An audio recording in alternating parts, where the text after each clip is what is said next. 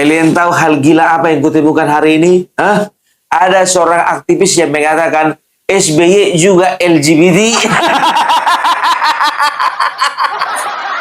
Dan katanya biar tahu kalian, Ibu Adi Yudhoyono katanya meninggal gara-gara kepikiran terus suaminya LGBT. Opung Barbelak kok jangan main-main kok. Betul. Yang bilang bukan Opung Barbelak, yang bilang itu Sri Bintang Pamungkas. Kita viralkan ya, biar nyampe sama Bapak SBY ya. Kita viralkan. Dengarkan ini. Aku nggak mengada-ada. Dengar ini. Bahkan saya pernah menulis bahwa LGBT itu udah masuk istana. Artinya apa? Yang melakukan perilaku itu tidak hanya presiden dan Teddy, yang lain-lain begitu juga. Jadi pejabat-pejabat ini udah rusak. Jadi hal-hal yang begini ini udah terjadi di zamannya SBY. Nah, saya tidak tahu apakah meninggalnya Bu Ani itu karena itu atau karena yang lain. Pak SBY, tolong dulu tanggapannya, Pak. Kalau bisa, Pak, dilaporkan juga, Pak. Jangan cuma Agrifanani, Pak, yang dilaporkan Partai Demokrat, Pak. Ini lebih parah loh ini, Pak. Bapak dituduh LGBT, Pak. Kalau presiden sekarang, ya Bapak Prabowo mungkin nggak akan melaporkan orang ini, betul. Sama kayak Bapak Joko Widodo, begitu banyak orang yang menuduh dia PKI, menuduh dia ini segala macam, nggak dilaporkan karena waktu itu beliau masih presiden. Begitu juga Bapak Prabowo, Pak. Susah untuk membujuk Bapak Prabowo melaporkan Amin Rais, melaporkan Sri Bintang Pamungkas. Susah. Nanti dapat serangan lagi. Dilaporkan nggak salah, nggak dilaporkan makin salah. Pak SBY, tolong Pak ditertibkan dulu mulutnya ini, Pak. Ini unsur pidananya ada ini. Fitnah. Ngiri loh fitnahnya ini, berarti biar tahu kalian ya. Sampai saya nggak tahu Ibu Ani Yudhoyono. Aku aja bilangnya nggak tega. Kau 3 kali kok ngomong begitu kau. Ya, ini manusia memang jujur aja aku bilang. Ya kan? Memang bukannya baru ini aku nemu kawan ini. Udah dari kemarin-kemarin ini masuk radarnya Opung Barbelak. Orang yang perlu ditumpas. Ditumpas narasinya. Kalau ditumpas orangnya yang lain lah itu. Jangan aku. Aku kan bukan militer.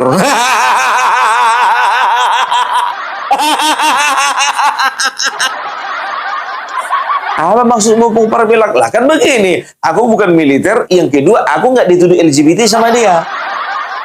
Jadi yang kutumpas narasinya aja lah. Lain hal, kalau aku jenderal, aku mantan presiden, kutumpas habis dia. Kalau aku loh. Ya, ini memang, aduh jujur aja aku bilang, ya Bapak SBY sampai sekarang aku bilang sama kalian, sedangkan di Indra Wijaya sampai sekarang aku nggak percaya kalau dia LGBT. Apalagi Bapak SBY. Di Indra Wijaya yang sudah jelas-jelas belum menikah, belum punya anak, aku nggak percaya dia itu seperti itu. Apalagi SBY, anaknya tentara loh. Anaknya itu ketua MP, ketua fraksi loh.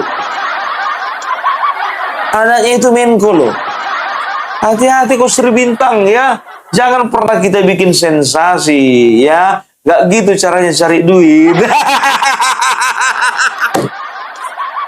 Jadi kutiliti biar tahu kalian, ku cari-cari lah berapa lah umurnya ini biar tahu kalian kan. Pikirku apakah ada hubungannya sama Amin Rais? Rupanya satu umuran orang itu. Amin Rais 82. Amin Rais 82, dia 80. Ya pantarannya cuma beda 2 tahun aja lah. Ya inilah resiko ya kalau orang berasal dari zaman yang sama. Satu zaman, satu permainan. Tapi periksa dulu di sekolah satu bangku nggak? Tahu kalian Sri Bintang Pamungkas ini siapa? Sri Bintang Pamungkas ini ya adalah orang yang kemarin waktu zaman Bapak Joko Widodo terus saja nyerang Bapak Joko Widodo. Ini politisi awalnya dari P3. tahun 93 dia gabung dari P3, masuk dia jadi anggota DPR RI, kan begitu. Tahun 96 ya, dia barengan tuh sama Megawati, sama-sama mendirikan partai. Megawati partai PDIP dan dia Partai Uni Demokrasi Indonesia, PUDI. Tapi sampai sekarang nggak nampak partainya di mana.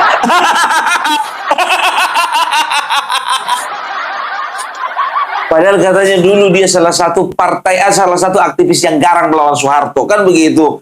Ya tunjukkan dong, ya kan apa namanya prestasinya, tunjukin dong kepiawannya di dalam politik. Salah satunya membangun partai politik, ya kan begitu. PDIP contohnya yang dibangun Megawati, Partai Amanat Nasional yang dibangun oleh Amin Rais, walaupun sekarang dia udah gak di situ. Ini apa? Partai Uni Demokrasi Indonesia, opo iku? Aku aja baru dengar. Kalian juga baru dengar kan? Baru dengar kalian. Tahu kalian ini orang, biar tahu kalian kemarin berani-beraninya nyuruh Bapak Prabowo mundur. Sedangkan Amin Rais yang bilang menghembuskan isu itu, ya dia nyuruh ya Bapak Prabowo supaya memecat si Teddy. Kan begitu. Ini orang langsung disuruhnya Bapak Prabowo mundur.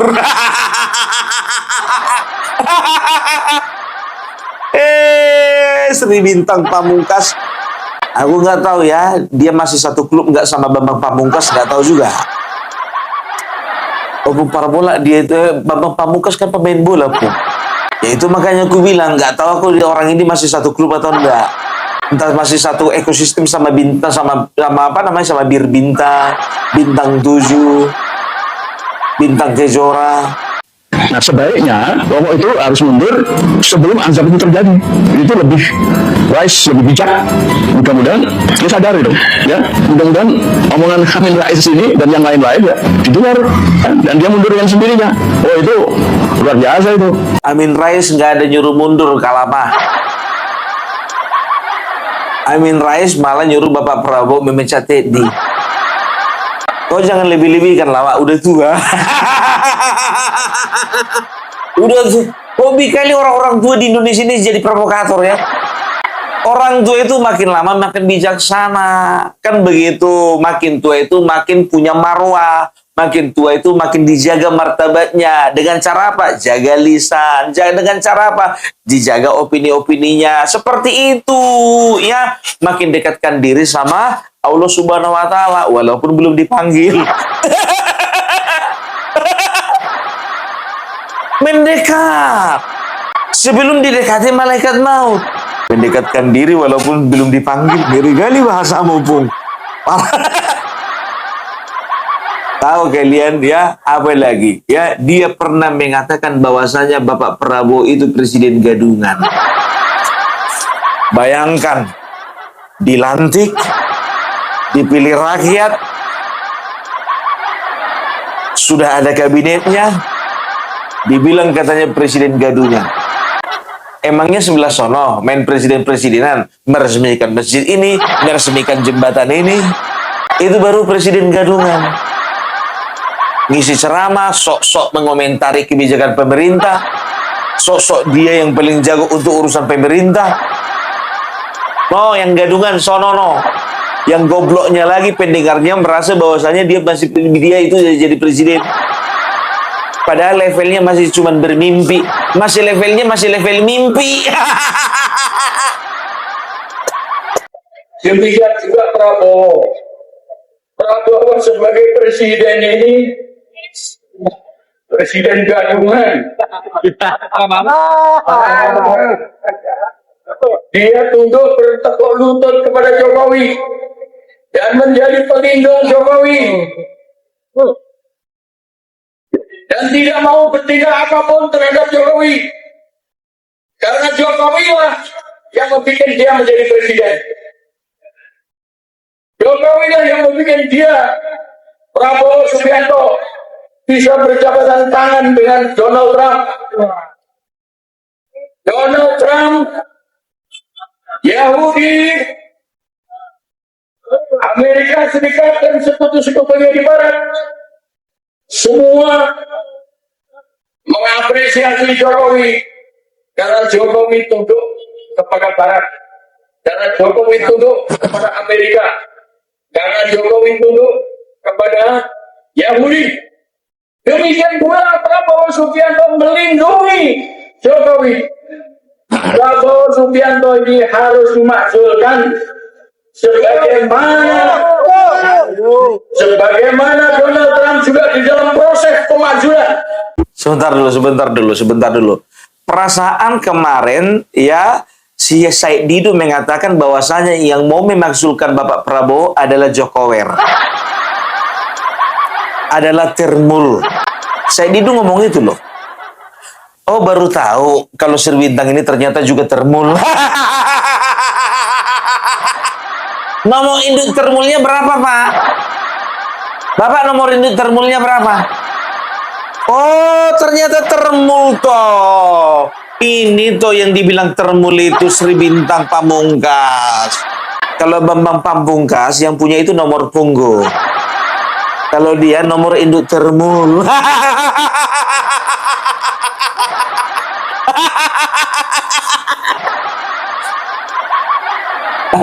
Atau NAA. Apa itu Popar bilang NAA? Nomor antrian akhirat. Joko Widodo tunduk ke Amerika.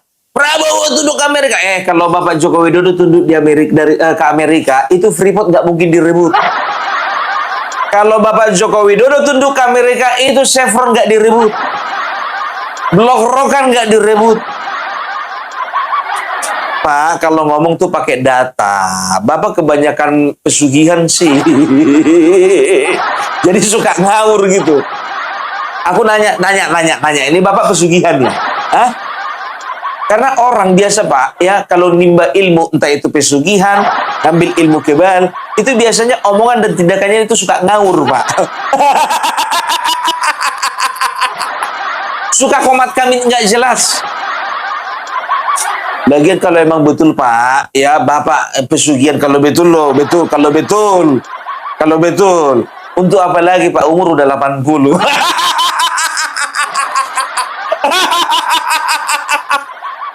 Umur udah 80 Pak. Gak Bapak nikmati lagi tuh, udah sebentar lagi tuh antriannya nyampe. Coba ya, ini yang disebut tokoh, ini yang disebut aktivis. Aktivis apaan lo? Kalau memang aktivis, pertahankan kualitasmu dari dulu. Minimal kayak Amin Rais dong. Karena membangun partai, 2 lagi. Partai Amanat Nasional dan Partai Umat. Walaupun untuk dua-dua partai ini dia bermasalah sama kadernya. Yang penting terbangun partainya. Mbak. Enak kali kau bilang-bilang Bapak Prabowo itu apa namanya presiden gadungan ya. Salah alamat. Capres nomor 3 itu yang gadungan. Aduh, dan kemarin dia bilang juga, tahu kalian ya, itu Hambalang itu isinya cowok-cowok semua, cowok-cowok ganteng. Setiap cowok-cowok itu dikasih 1 kamar. Maksudnya sampean itu ngomong iki opo? Mau bilang Hambalang itu tempat prostitusi. Mau bilang Hambalang itu tempat rumah bordil. Perjelas, omonganmu perjelas. Punya Hambalang. Nah, cerita-cerita tentang Hambalang itu juga udah lama saya dengar. Allah. Ada yang mengatakan bahwa di Hambalang itu isinya adalah cowok-cowok ganteng. Dia menyebutkan cewek ya, cowok-cowok ganteng. Bahkan ada yang mengatakan bahwa tiap cowok itu, ini informasi yang lain, cowok-cowok itu mempunyai kamar sendiri-sendiri. Ya ketika saya mendapat cerita ini dan hadir beberapa jenderal purnawirawan yang terpikir oleh saya, ya sudah terjadi perilaku menyimpang. Yang rentetannya adalah itu tadi, sejak kecil dia itu memang sudah mendapat gemburan-gemburan ya, secara psikologis ya. Psikologis ya, yang kemudian mengakibatkan guncangan jiwa, megalomania, pengen macam-macam. menjadi presiden. Jadi memang kemudian ya apa yang disampaikan oleh Amin Rais itu bagi saya bukan hal baru. Itu udah kau dengarkan suara azan, sholat dulu kau. Daripada menggibah kau. Sholat dulu kau. Kalau mau gibah nanti aja selesai sholat kau gibah lagi. Sholat dulu kau, sholat dulu biar otakmu itu terang, mulutmu juga terang. Kata orang dengar cerita orang. Kau nggak tahu ya undang-undang ITE? Bukan hanya pembuat berita hoax, yang menyebarkan juga bisa kena. Hati-hati loh, fitnah, pencemaran nama baik. 6 tahun, 12 tahun. Keluar penjara umurmu 92 tahun. Gimana kira-kira? Siap?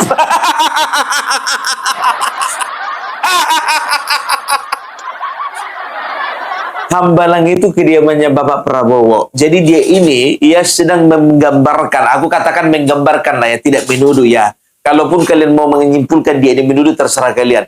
Dia sedang menggambarkan bahwasanya Hambalang itu, ya, itu tempat di mana cowok-cowok dipelihara.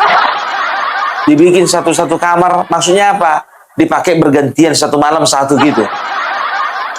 Justru ketika Hambalang nggak ada ya, justru ketika Hambalang kediaman Bapak Prabowo isinya cewek itu baru pertanyaan sama kau. Karena apa? Bapak Prabowo nggak punya istri. Kan begitu? Bapak Prabowo nggak punya istri. Kenapa isinya cewek? Satu kamar satu cewek, satu kamar satu cewek, satu kamar satu cewek. Serba salah ya. Menerima kos-kosan aja kayak gini resikonya.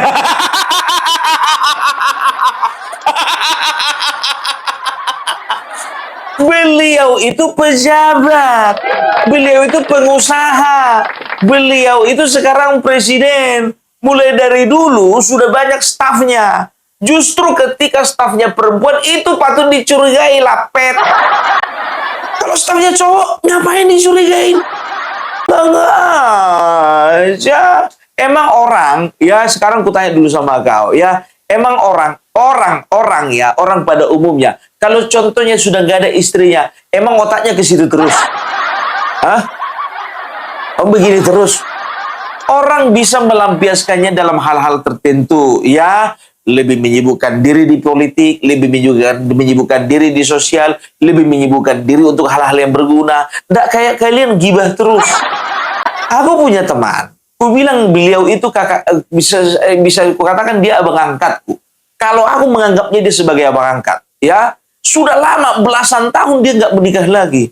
Tapi cara dia menikmati hidup, ya itu apa namanya banyak gitu loh. Pergi jalan-jalan ke luar negeri, ya pergi lagi dia menjumpai teman-temannya, ngumpul-ngumpul sama kawannya, ya. Terus artis-artis Batak, apa namanya, penyanyi-penyanyi Batak itu dikumpulin, diprosesuri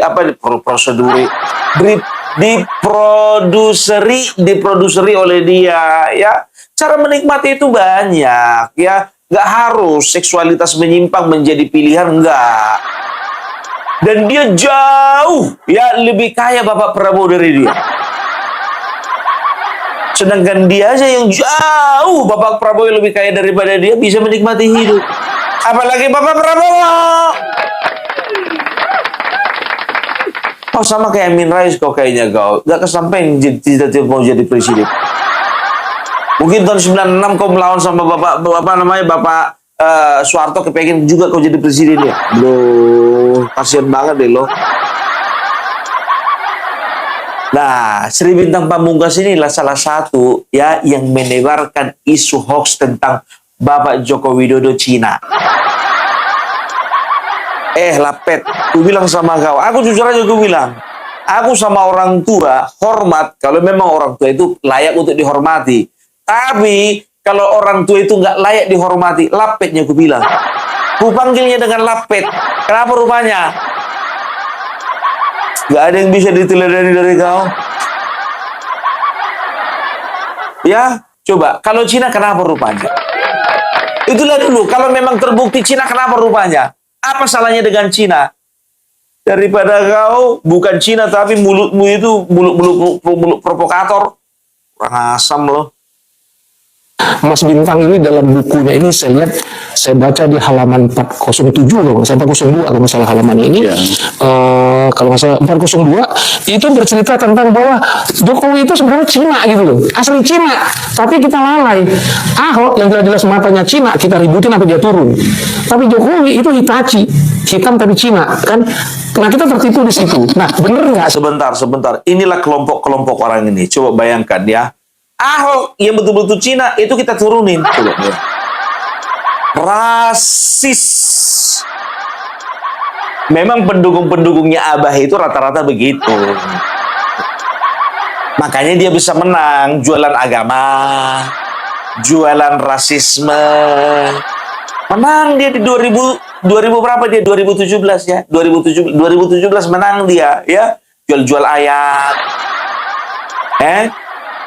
Ya, orang meninggal gak mau disolatin. Ini dulu dibikin si Anies Baswedan ini. Makanya aku gak bisa mikir, gak bisa aku bayangkan kalau sampai dia jadi presiden. Gak tahu, mungkin yang pendukungnya semua seluruh Indonesia itu kalau misalnya meninggal gak disolatin sama dia. Itu dia gak disolatin sama dia, gak disolatin sama pendukung-pendukungnya. Ngeri, ini dia. Ini hal-hal inilah ya yang berusaha untuk memecah belah bangsa. Ya, coba. Kalau Cina, kalau orang Tionghoa nggak boleh menjabat di negeri ini. Kalau orang Batak nggak bisa, orang Kristen nggak bisa, orang Buddha nggak bisa, orang Hindu nggak bisa. Jadi kalian aja. Sebenarnya Jokowi itu orang keturunan Cina, dan dari mana sumbernya itu Mas? Jauh ke Mas. Begini, Anda mengawali dari buku ya. Buku itu sebetulnya isinya adalah tentang Soeharto, tentang Habibie, tentang Gus Dur dan Mega. Karena pendek-pendek ya, jadi saya jadikan satu itu. Lalu SBY. Ya, jadi belum masuk ke Jokowi. Akan tetapi pikiran tentang atau munculnya Jokowi itu kan sudah sejak 2005 di Wali Kota Solo. Ya, jadi saya tahu tentang Jokowi dan saya masukkan juga di dalam buku itu. Itu kan kalau kita bicara SBY kan 2004 sampai 2014 ya kan. Nah, di situ ada soal Jokowi ketika dia menjadi wali kota Solo. Nah, sehingga saya pun masukkan itu di dalam buku saya itu sebelum dia resmi jadi presiden. Sebab ini baru saya luncurkan itu tanggal 1 Juni 2014. Dia resmi menjadi presiden itu 20 Oktober 2014. Tetapi suara tentang dia sudah ada dan saya masuk termasuk bagaimana dia itu lahir. Sampai dia lahir aja tahu Mas ya? Iya, dari informasi yang didapat kan? Dari informasi yang saya dapat ya, dia kelahiran 21 Juni ya, 21 Juni 1996. Ya. Nah, itu ya saya terpaksa menelusuri siapa sebetulnya Jokowi itu. Kok tiba-tiba menjadi trending wali kota yang trending gitu, yang hebat gitu ya. Hebat yang dibuat-buat. Ada yang membuat. Bukan dibuat-buat, ada yang membuat. Oke, kembali lagi Mas. Artinya Jokowi bukan sentra fokus Mas Bintang awalnya. Sentra fokus dalam buku ini adalah Mas Soeharto, B.J. Habibie, Gus Dur dan Susilo. Iya. Itu awalnya. Iya. Aku tertarik itu berdasarkan apa? Nah, jadi seperti saya katakan sebelum masuk 2004-nya 2004-nya si Susilo, ya kan? 2005 itu kemudian sudah ada Jokowi jadi wali kota. Ya, jadi sampai periode pertama. Iya, periode pertama ya. Jadi dan yang menarik sekali adalah ketika dia menjadi gubernur DKI. Itu 2012 ya, kira-kira ya. 2012. Ya. Pokoknya belum sampai 5 tahun ya, udah jadi presiden. 2013 sampai 2014 ya, 1,5 tahun. Betul. Nah, ketika 2012 itu namanya muncul sebagai gubernur, Itu radio BBC itu, London, dalam radionya itu menanyakan apakah masyarakat Jakarta khususnya dan Indonesia pada umumnya telah siap menerima seorang Joko Widodo sebagai gubernur yang keturunan Cina. Kaget saya. Saya pun sangat kaget juga. Karena apa? Karena kita nggak baca beritanya itu. Ada beritanya, ada beritanya. Sempat simpan nggak itu? Nah, saya yang jelas saya tidak mendengar sendiri, tetapi itu masuk dalam koran. Koran apa, Mas? Waduh, ini yang saya Yang sudah kabar tahu. tadi. Iya. Ya, tetapi Itu benar. oh iya itu benar. Oleh karena itu saya Sebentar dulu. Kalau kau tengok aku kira-kira ada nggak keturunan Cina? Nah, aku udah sipit loh. Gimana kira-kira? Lapet. Banyak kali gayamu. Kalau kau nggak punya bukti, kalau kau nggak punya saksi, kalau kau nggak punya fakta, ya jangan kau ngomong-ngomong begitu. Ya, ini kan kau dengar-dengar katanya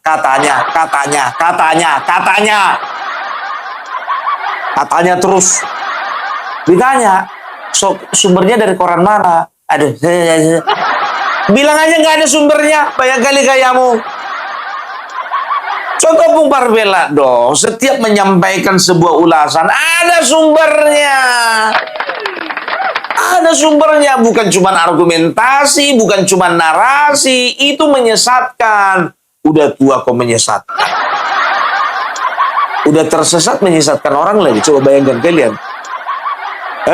Udah tersesat, dia sendiri tersesat, tapi dia sendiri berusaha untuk menyesatkan orang lain.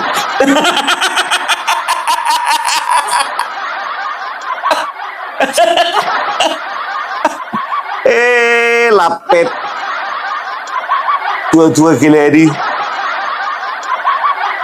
Makin tua isi otaknya nggak jadi-jadi. Ya, bedakanlah. Ya, coba bayangkan kalian. Ya, kenapa rupanya kalau Cina? Nggak boleh begitu. Aku setuju kalau Bapak Joko Widodo Cina. Kenapa rupanya?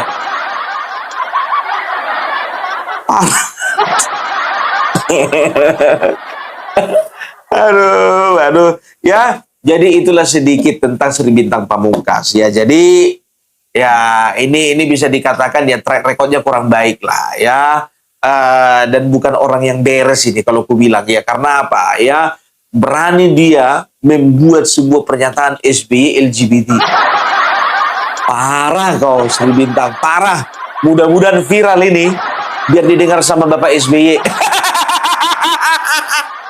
Hati-hati kau, pertanggungjawabkan kata-katamu, bukan hanya di hadapan Tuhan tapi juga di hadapan SBY.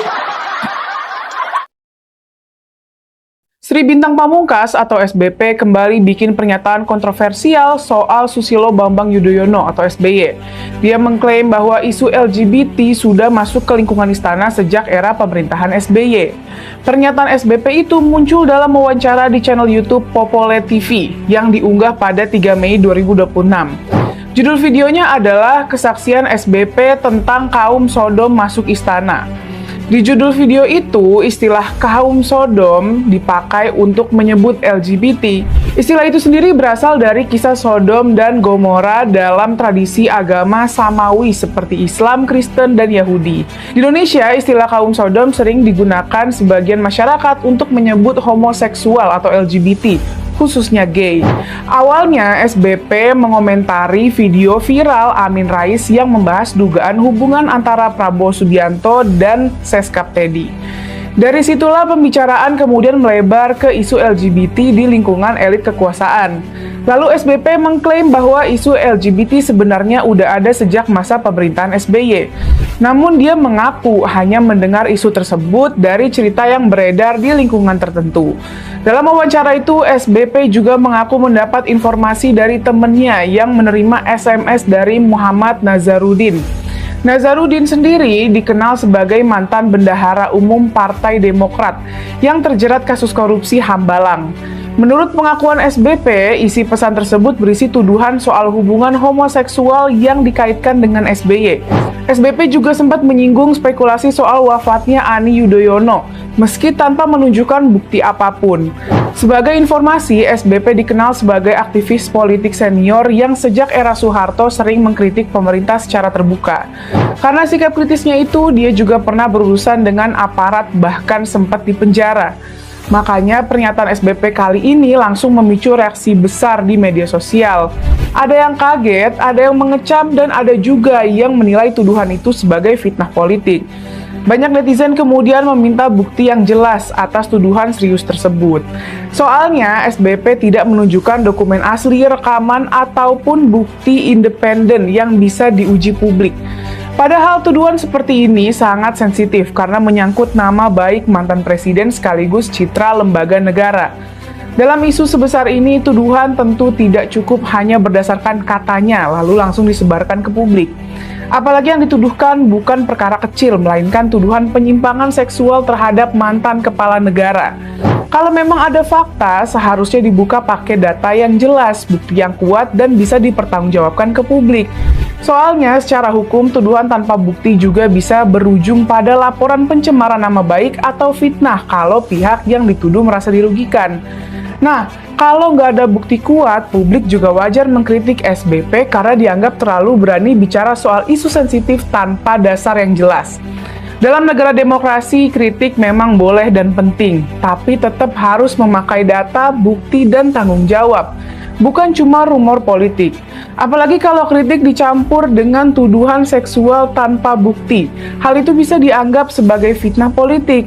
Di sisi lain, narasi seperti ini memang gampang viral karena masyarakat Indonesia sangat sensitif terhadap isu moral dan agama. Karena itu, publik perlu lebih kritis dan jangan mudah percaya kalau belum ada bukti yang jelas. Yuk jadi warga yang gak gampang percaya sama serangan politik. Oke, itu dulu dari Bung Parbelang. Salam NKRI, NKRI harga mati.